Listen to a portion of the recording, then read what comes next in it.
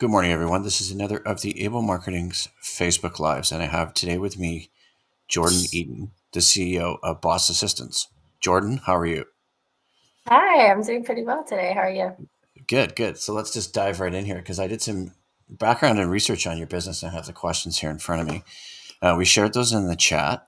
Um, I gave a little breakdown about why you started Boss. So let's start with that. That was the first question. Yeah, so working as an administrative assistant for 15 years, I was working alongside a lot of CEOs and VPs in different industries. So like Mm-hmm. SaaS, real estate, construction.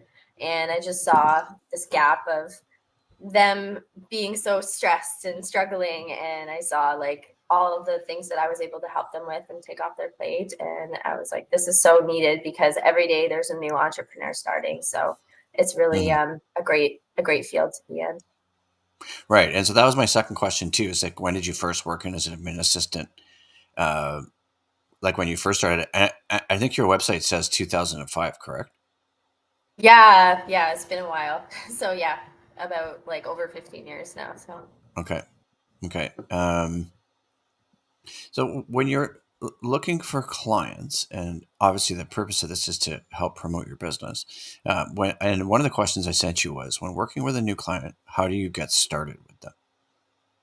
yeah, so we have quite a bit of a deep dive when we first start with them. So we want to know everything there is to know about their business. Who are they working with? Why did they start it? What are their values? Um, why do they do what they do? And then we get a huge overview of their company as a whole. And then from there we go task based. So then we deep dive into like, what are the tasks? How do you do it and why? Is there a better way of doing it? And then we document it with SOPs.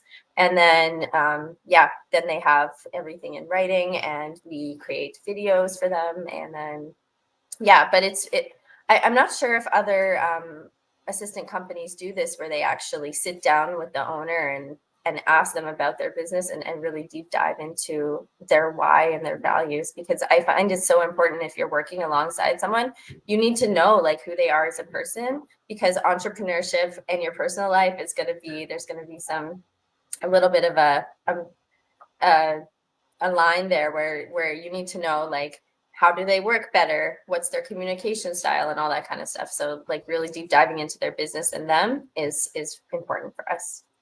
Right. And so I guess based on your experience, it's something I didn't know. So do a lot of VA companies then just come into the business and start taking over tasks? Like there's no sort of I think consultation? I think that they do. Yeah, they want to get started right away. But for us, it's like I said, it's really important for us to know what's your communication style. Who do you work with? What kind of clients do you have? Like to get a huge overview of your company and just know what it is as a whole. I think it's super important to have that. And I've talked to people in the past where they said, oh yeah, the assistant didn't really know about my business. And I was like, well, did you teach them? Like you Right. need to have Right. that communication. You need to give them the overview of who you are and why you do what you do. Right. Right. Okay. So that leads into our next question, because one of the things I asked you was, what things are you looking for that indicate the client is a fit for you? Is it a willingness to participate in that onboarding process? And some people just want to hand you the work and then move on. Do you think that's a big part of it? I think that is a big part of it. They have to have patience, because when you're bringing someone new into your company, if you want to build it up to be a long-term relationship, you have to give them all the information that's needed and you have to communicate with them, and you have to have that patience that is going to take time to get them onboarded, get them trained and all that kind of stuff. So we have had people in the past who started with us, but then they just, after a month, they're like, oh, you don't know everything yet. And it's pretty much like an employee. When they start with a company, they're going to have a 3-month probation. Hmm. It's kind of with us, it's the same. We ask for 3 months to give us time to get integrated into your business and get started working with you and build up that relationship. Right. Okay. Okay. My daughter's just in the background there. Yeah, no, that's totally fine and expected. I know you'd been posting some stuff on social media, if I can find it and share it, about working in the summer with kids at home. And Yep, being they're a both at home-based home. business or running a virtual Mhm. business, or being an entrepreneur uh, on summer And a break when mom. kids aren't at school can be quite challenging. Maybe you want to touch on Yeah. that a little bit too while I find that post, because I don't think people realize what that's like when you work at home. You kind of have to have a quiet and Yeah. clear working space, but you also have to be able to balance interacting with your family. Yeah, and it is interesting. We have quite a few of clients as well that have children, and they're Right, going through the same thing. So our clients, us, and then we also have an assistant on the team who's expecting now. So yeah, we're right. really like we're family orientated, and yeah, my kids are always in the Zoom backgrounds, and they're here, so they're part of me. So Yeah, and I think people maybe thought that was a bit odd pre-pandemic, but during the pandemic and post-pandemic, considering the way people work now with yeah, flexibility from home, from the office, I think it's almost expected, and it's definitely harder to try and balance um, people's people's expectations about about balancing work and life, right? And it kind of gets yeah. chaotic, and then you kind of have to learn how to live with the chaos, right? I mean, that's the way I see it. But let's just keep moving here with some other stuff that I sent you. What's the most exciting project that you've done to date? Like, where do you think you took on a client and you saw the most value for the client? And is that personally, professionally? Was that an increase in the client's business? What did you see? I think what is one of the most exciting things that we've done is working with podcasts. So we've worked with podcast hosts, but we've also worked with people getting them as a guest on podcasts. So we Right. actually have a client, we've gotten him onto like 15 plus podcasts now. So he's guested on those. And so Hmm. when he's doing the podcast, it's great because he's gotten new inquiries, new business from it. But then also there's Awesome. content, so you can use that on social media. So it's a really great tool as a business owner to get your name out there, and then also help with social media content. So yeah, it's exciting. Yeah, no, that's really awesome because I think that's a big part of why I do Facebook Lives and having people on board here is so that we can share stuff about your business, and I think it's really important to share those success stories. Right, I'm just actually putting in the chat here that everybody can see. There's a link to Jordan's website, and it is bossassistance.com.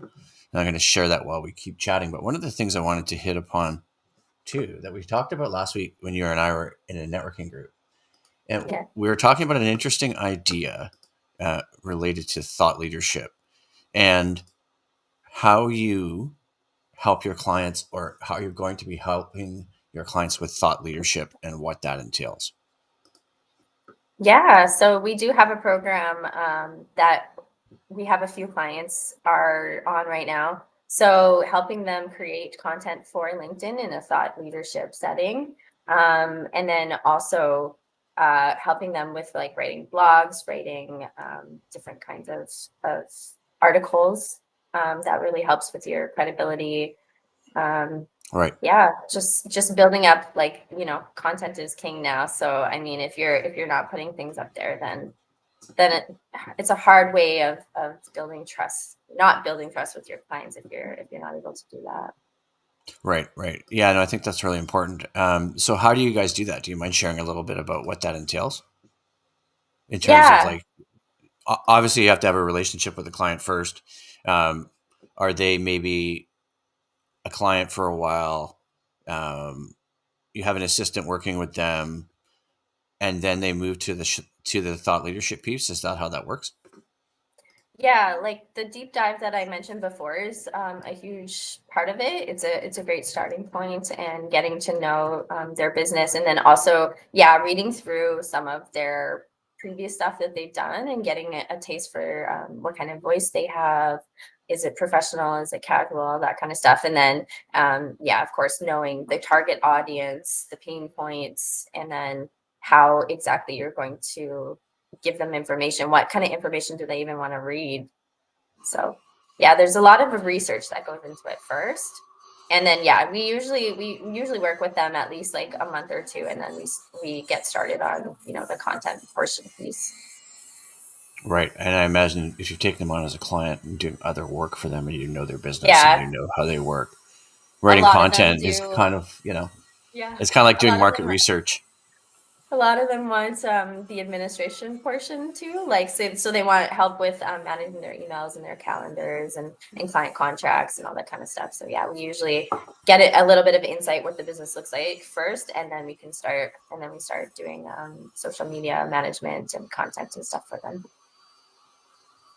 Okay. Well, that sounds like a Yeah. really good end to the conversation. So thanks for doing this. I just want to wrap this up and say thanks to you, Jordan. I've shared the link to your website in the chat. You can find Jordan Eaton on LinkedIn. But the website is bossassistance.com. So I encourage you guys to check that out and reach out to Jordan if you're looking for assistance with things like the thought leadership part of your business. And if you're also looking for help from a virtual assistant. I will wrap it up there and talk to everyone soon.